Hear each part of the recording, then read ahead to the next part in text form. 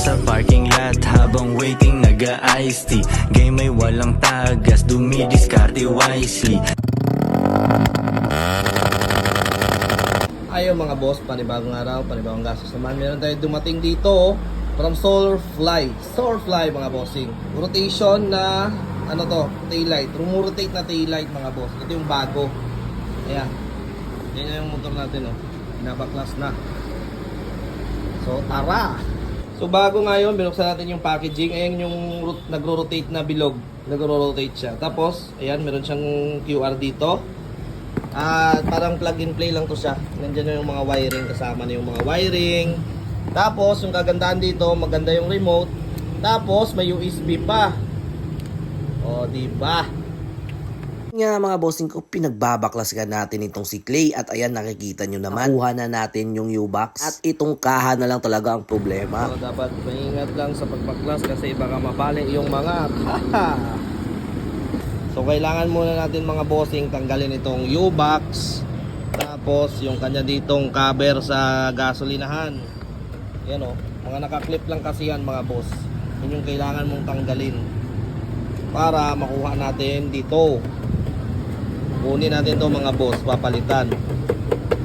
Nung nakuha nga na natin bossing ay ready to palit na tayo ng ating tail light. Ito ngang hybrid RGB rotating tail light mga boss. Hindi nyo na kailangan i-disassemble yung mga flarings mga bossing kasi yan nakikita nyo naman pwede siyang makuhang buo.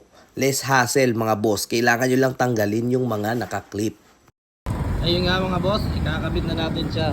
Yan, nakuha na. Yung ito pala, hindi pala USB to, Bluetooth adapter yan mga boss. Yan, tinipan na namin para ma-secure.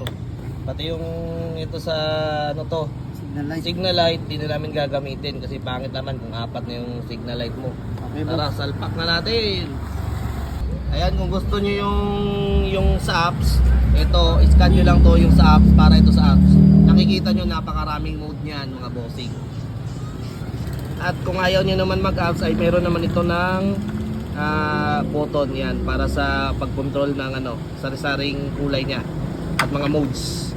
Asalpak na nga natin mga bossing at eto na ikakabit na natin at ibabalik na natin ang kaniyang mga tornilyo. Sure lang nalagay nyo lahat ng tornilyo dyan kasi sigurado sasakit ang ulo mo pag may extrang tornilyo at iisip ka kung saan na naman ito nanggaling.